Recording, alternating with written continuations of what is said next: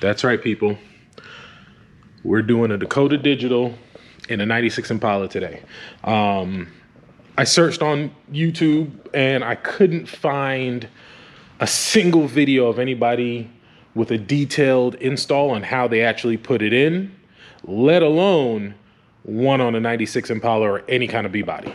So I'll make the first. So full disclosure, I already started, but I only did the stuff that's kind of obvious. I haven't got to the wiring on the dash yet. The only thing I've done so far is I've installed the oil pressure sensor, which just goes into the stock one back there. And I was in the process, actually I'm happy I'm making this video because I got to run the ACE. I was in the process of installing the coolant temp sensor, which is down there.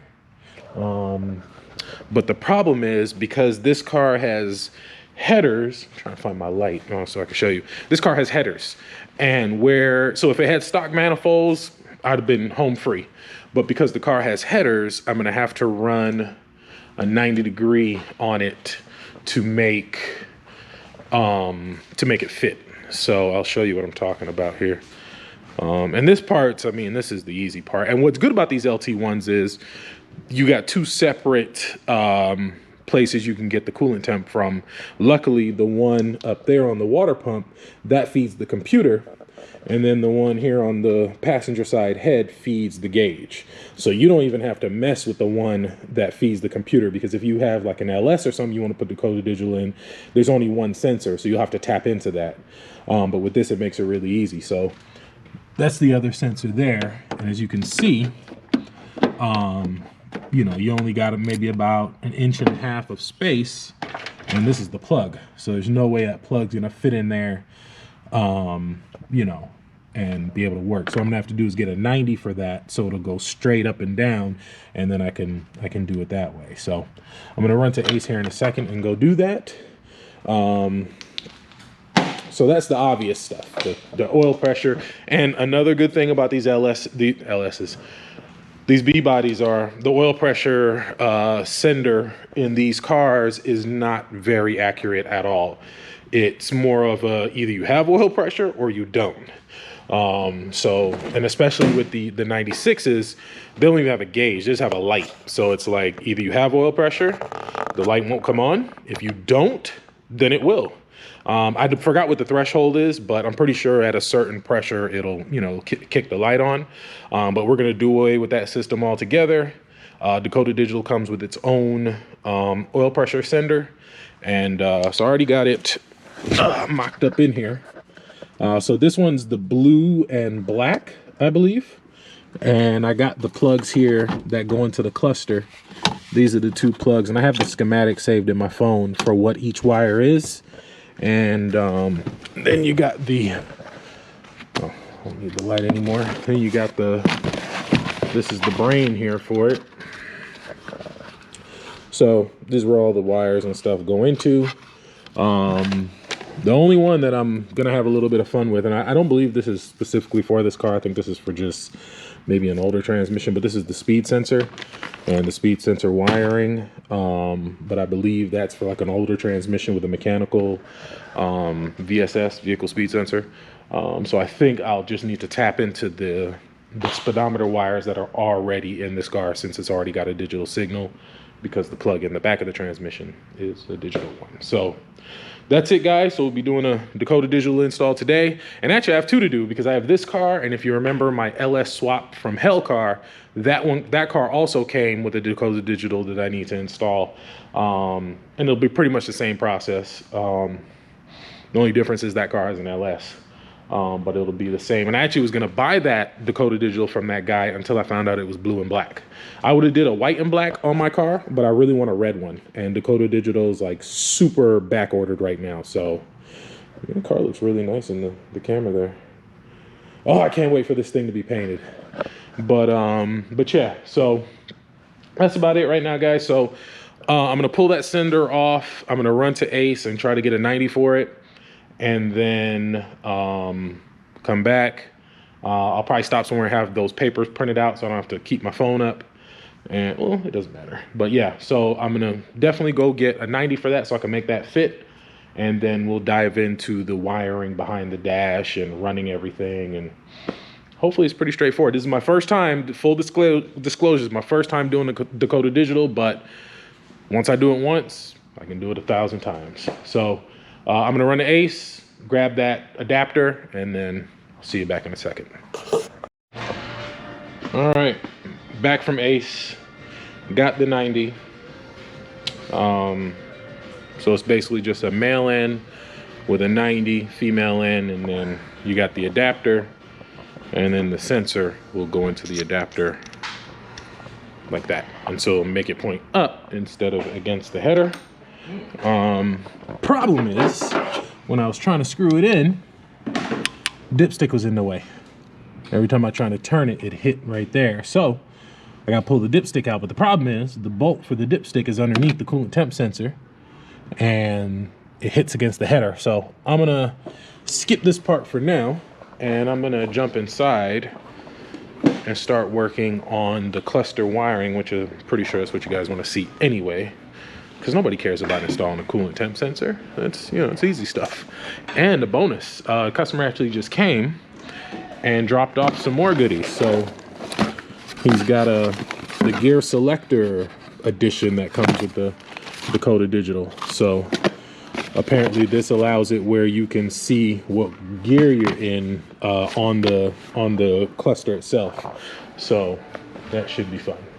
So like I said, first time installing all this stuff, so we're gonna be on this. Oh, it comes with a nice little relay and stuff.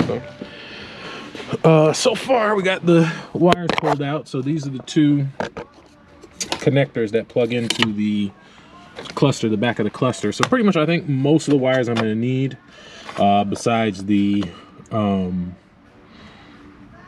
temp and oil pressure, I should be able to get out of here. Your turn signals, your high beam indicator, your dimmer, fuel tank sending unit, all that stuff I should be able to get out of these two. And I found a schematic for it online. So there it is there, and it pretty much tells you this is the right side, I think. Yeah, left side, so it's the left side, and that should tell me, you know, everything I need there. So hopefully it's that easy. So we'll start exposing these wires and kind of going from there, start running them to the control box. So what I'm gonna do, I'm gonna mount the cluster and just see how much room I have and where I can put the control box. I'm thinking right up under here. He's missing the plate that goes here, but I might be able to mount it like right under here. That's probably gonna be the best place. I may need to extend some wires, which is not a big deal. I have tons of wiring. I'll just label it or whatever. So let me get to exposing these wires, cutting them, labeling them for what they are, and then going from there. All right, so we've moved outside the car to kind of get a better idea of where this stuff is gonna go. So I found a diagram for the cluster. I found the right one. Shout out to Jose Blanco. He actually makes the clusters to make the Z28 clusters fit in these cars. He sent me a link to a Legend, so this kind of tells me, you know, just what wire goes where it correlates to that. And then I kind of just wrote it down here so I don't have to look at the phone. I kind of know exactly what I need. When this guy brought me the Dakota Digital, there was a lot of stuff missing out of it. The cable that connects the box to the display, and then this little switch here. Shout out to my boy Steve Davis. You know, he installed these all day. He's the one that kind of told me what was missing. So this little switch here was missing, but I have another Dakota Digital I stole it from, and then we're just going to replace it. Also, because this is an OBD2 car, the speed sensor that they sent me works for like older transmissions with a mechanical speed sensor. This one's an OBD2 car, so there's actually another module that you need, and I sent it to him, which is this thing, the BIM-01-2, and I actually spoke to Dakota Digital, and they said this is what I need. So this will actually grab signal from the OBD2 connector, and that will give me the speed sensor, that will give me the temp, and it may actually replace this thing that he gave me too, the GSS 3000, the gear shifter selector thing, so I may not even need this. It just depends on if the computer, if this module can pick it up from the computer. So I won't know until I plug it in and get everything going. So what I'm going to do now, I'm going to go in the car and separate these wires and label them, and then figure out where I'm going to mount this and extend the wires to fit. So basically you just got your fuel. I need to run a ground from the tank, and then the sending unit is right side, pin A10, and it's purple. Oil and water will come from the Dakota Digital stuff. The tack is on the right side, connector B1 white, and so on and so forth. So these are all the ones that I can grab from the cluster wiring. Everything else will either be a separate connector, or it will be from this thing. So jump in there, get the wires cut, get them labeled, and start figuring out where I'm going to mount this, and then kind of go from there. All right, I want to show y'all something real quick. So as you can see, I got the connector taken apart, and I'm just labeling it. So this is fuel, this is tack. So just kind of going down the list here, and the next one that I came to was accessory. Should be A5 on the right side, pink. So that's the right side. The camera probably won't pick it up, but the A is the top, and it goes A1 through 11. So where are we? So yeah, so this should be it here. This one should be pink, and then next to it, A6 should be a black and white. So that's right, which is the ground, but this one says it should be ignition, it should be pink. So it's brown. So it doesn't mean that it's not what it should be, but the color is different for whatever reason. And so what I did, just to confirm it, is we got the key here, and just stick the key in, handy dandy test light, grounded on the little metal thing in there. So we put it on here, hold on, stick it in there, and then turn the key, and it lights up. So we know that that is ignition. So even though the color is wrong, it is ignition. It will work for what we need. Another quick one for you. The constant power, supposed to be A11, which is an orange wire, which it's not. On this one, it's a pink wire, and I already checked this is another ignition wire, but from my existing knowledge from GM cars and wiring harnesses, 90% of the time, orange is going to be constant, pink is going to be your switched. So it's A6, and just to confirm, it's constant. Keys off. Keys off, constant power. So, and this pink one's probably going to be switched too. Let's see. Nope, not that one. But the other one, the A11, the other pink one is switched. So this could be to something else. But that's just something else, you know. You wouldn't know that if you didn't know. But you can always just, you know, probe these and find another constant. Wouldn't be hard. But it's usually orange on GM. So that was all. So got most of them separated. So now I'm going to extend them. Try to figure out exactly where I'm going to mount this box, and then extend them to that area, and then kind of go from there.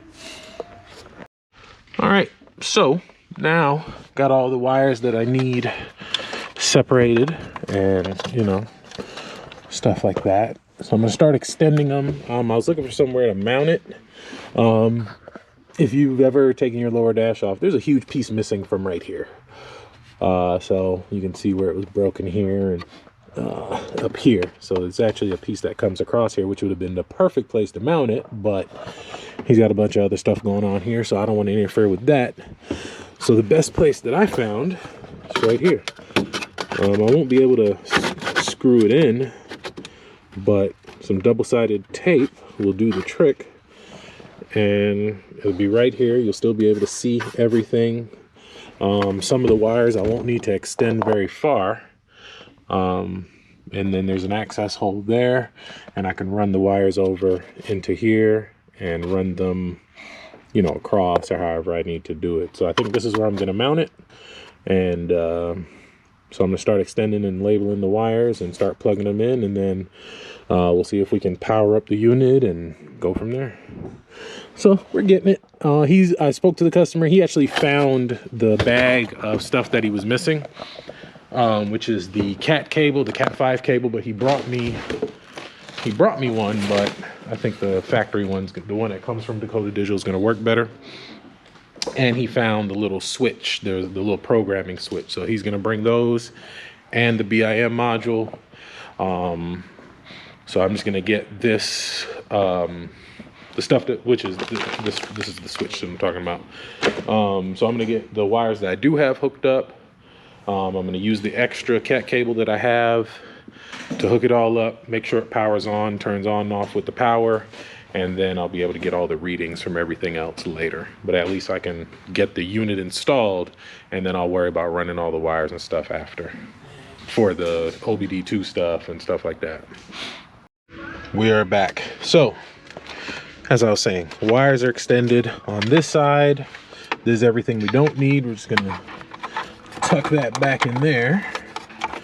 Won't do any harm. Got everything on this side that we need extended. I'm just gonna even it out, and then, like I told you guys, I'm gonna mount the brain right here. And good news, I had called the customer and let him know, hey, we're missing some stuff. And guess what he did? He drove to Summit and got what we needed. So this is this is what was missing out of the box that he brought me. This is the Cat 5 cable that connects the brain to the actual cluster itself. This is the little switch button that you use to program everything. And then this is the BIM OB2 interface that I was talking about. So this is the connector for it and all that good stuff. So this will actually make things a lot easier. All right, so just got it kind of rigged up here. So the few that we got in here, we got all the power, we got the tack, we got the turn signals, the high beams, the dimmer, check engine, and I still got to run the ground for the fuel pump, but we're just going to turn it on and see what happens. See if it powers on. Oh yeah, see if it powers on. Oh, well, the battery died while I was sitting here, so it's not turning on. So let's go back and see what we forgot, and we'll come back. Okay, so I figured out the problem. The ground that I took off of the cluster, I think one of them wasn't right. So what I did, I grounded the test light, and I got it to turn on just a second ago. So there it is. So it turns on.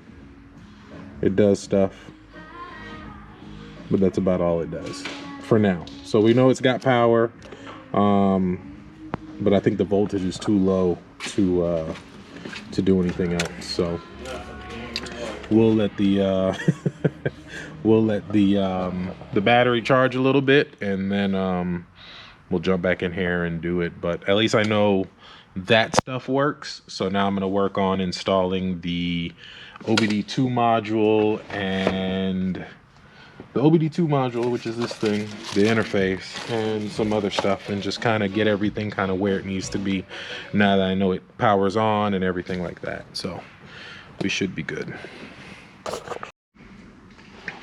All right, so got most of the stuff kind of just, I got the box mounted where I'm gonna put it. I got the wires kind of just here. I'm gonna shorten them and clean them up. I'm just kind of plugging everything in to make sure everything works before I mount everything. Here's that switch I was talking about. This is the BIM interface for the OBD, and it's plugged into the OBD2. Lights on, so battery's charged. I think I still got to give this thing ground, so I'm gonna try to hold it and what is this? Oh, double-sided tape stuck to me. So I'm gonna try to hold the ground on there and also turn it on so you guys can see. And I got the thing is mounted there, so the ground should be this black one here. So we'll hold that there. Yeah, let me turn the key. Oh wow, there's no key in here, and this key still turns. That's interesting. All right, so now I should be able to give this ground. And there we go. No data control, check connections. All right, so there was 2 grounds on this connector. There's this black and white one, and then there's a black one down here. So I cut it off, the black and white one, connected it to just a solid black, and I'm pretty sure that fixed the problem. Would you look at that? Look at that. That's all we got so far. Engine's not gonna start, battery's still kind of low, but we have power and check engine lights on and stuff like that. Let's see if the lights will come on. No, battery's too dead. Okay, well, I guess we'll get into, I think what I'll do, I'll try to fire the car up. I'll use the booster pack to fire the car up, let it run, and then see if we can get some better results that way. I don't know what you need. All right, well, so we got this thing going. It's all kind of rigged up. I got it just hooked up to the, so if we fire it up, we got action. Comes on, we got tack, voltage. So I still got to finish setting everything up. So I didn't want to run it too long, but it works. So tomorrow I'll come in, we'll hook up the oil pressure, we'll finish, you know, cleaning up all the wiring, and then going through the setup process. And I need to put it on the lift so I can install the gear shifter selector module or whatever. So I'll end this video here. I'll probably do another video on part 2, just, you know, how it looks when everything else is said and done and all that good stuff, and I'll post it soon. But like I said, I hadn't seen a video on any kind of install on Dakota Digital on these Impalas, and I've seen a couple people with them. So I'll do part 2 with the transmission gear install, cleaning up the wires, and just going through the settings, doing the, I talked to Steve, he was saying you got to drive for a mile and a bunch of other stuff. So I'll do that in part 2, but I wanted to just get this video out because I posted on my Instagram. A lot of people asked me if I was making a video. So at least this will get you guys started so you kind of know what you're up against. So I'll see y'all in the next one.